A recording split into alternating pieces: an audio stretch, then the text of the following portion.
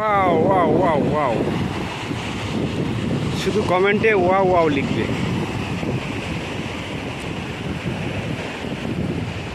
তো এখন রুমের দিকে হাঁটতে হাঁটতে যেতে হবে। আমি বেশ কিছুক্ষণ হেঁটে চলে এসেছি।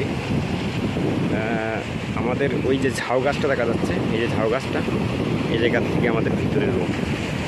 তো হাঁটতে হাঁটতে অনেকটাই চলে এসেছি।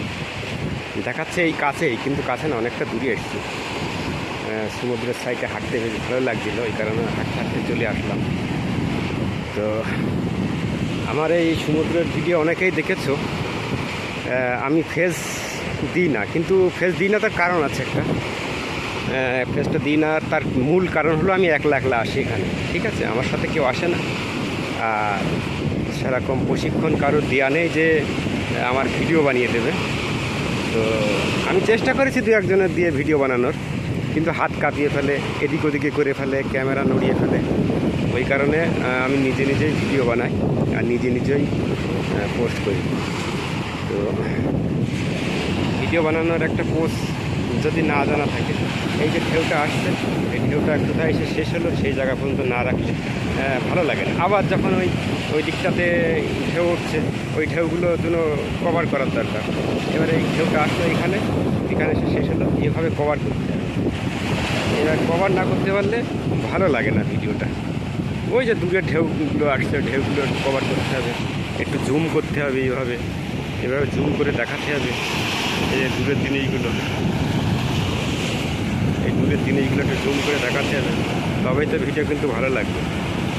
এবার যদি আমি সেগুলো না করি, শুধু প্লেন ভিডিও বানিয়ে যাই, তাহলে কিন্তু ভালো লাগবে না। আর আমারও ততটা অভিজ্ঞতা নেই যে ভিডিও কীভাবে বানাতে হয়। আমি প্লেন ভিডিও বানাই। আমি অত জগা খিচুড়ি পছন্দ করি না। যতটুকু ভিডিও বানাই একদম সাফ কন্টেন্ট, একদম পরিষ্কার, কোনো কাটাকুটি করি না। আমার নিজের ভয়েস দিয়েই করছি ভিডিও, কোনো সাউন্ড দিচ্ছি না। তো ভিডিওগুলো আপনাদের কেমন লাগে এটার কমেন্টের আশায় আমি আছি। আপনারা কমেন্ট করবেন, কমেন্ট করে জানাবেন যে ভিডিওটা কেমন লাগলো, আমার ভিডিওর কোয়ালিটি কেমন আছে, সাউন্ড কোয়ালিটিগুলো কেমন আছে একটু জানাবেন। তো হাঁটতে হাঁটতে চলে যাব। তো এখানে এসে বড় মাছ ধরেছিলাম, প্রায় 15 কিলো ওজনের একটা মাছ ধরেছিলাম এই জায়গাতে, দূরে এই জায়গাটায় বসিটি। তো ইদানিং আর মাছ ধরতে আসা হয় না। বড় মাছ খেতেও মজা লাগে না, বেশ মাংস মতো লাগে। প্রথম কদিন বেশ ভালো লাগছিল, তারপরে এক চিটিয়া খেতে আর ভালো লাগে না। এখন মনে হয় যেন একটা ছোটো মাছ খাই। তো ছোটো মাছ ধরবো, বোতল কেটে ছোটো মাছ ধরা যায় এখানে। বোতলে যে আটা দিয়ে যেগুলো ধরে, যেগুলো ওগুলো প্রসেস আমরা জানি। তো প্রসেসে আমরাও ধরবো কদিন পর। এখন একটু কাজের চাপটা বেশি, তো এই কারণে আর হয়ে উঠছে না। দেখতে থাকুন ভিডিওটি শেষ পর্যন্ত।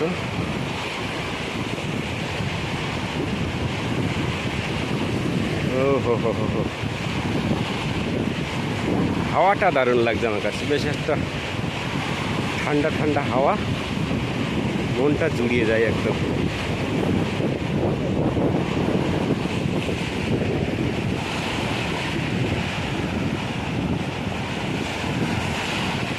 ও হো হো হো হো,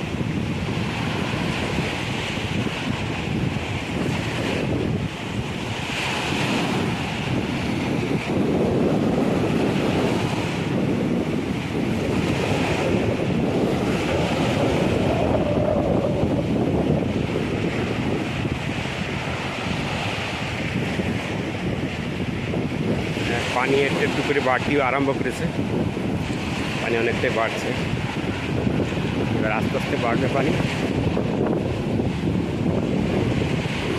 দুপুর একটার থেকে পানি নামা আরম্ভ করে।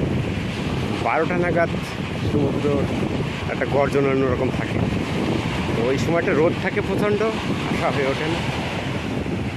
তো নিশ্চয়ই একদিন ওই টাইমে আসা হবে। আকাশের অবস্থা যদি একটু নর্মাল থাকে সেদিন অবশ্যই আসবো, এসে ভিডিও বানাবো। ভিডিওটা আপাতত এখানে শেষ করছি। কেমন লাগলো অবশ্যই কমেন্ট করে জানাবেন। আগামীতে আরও ভিডিও দেবো, এই সমুদ্রের ভিডিও। আপনাদের কমেন্ট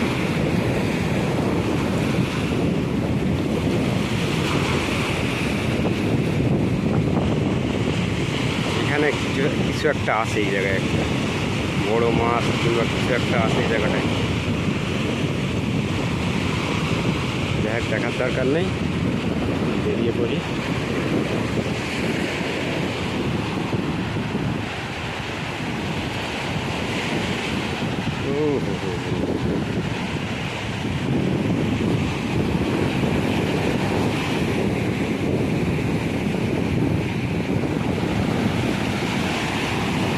তো আজকের মতো এখানেই শেষ। ভালো থাকবেন, সুখে থাকবেন।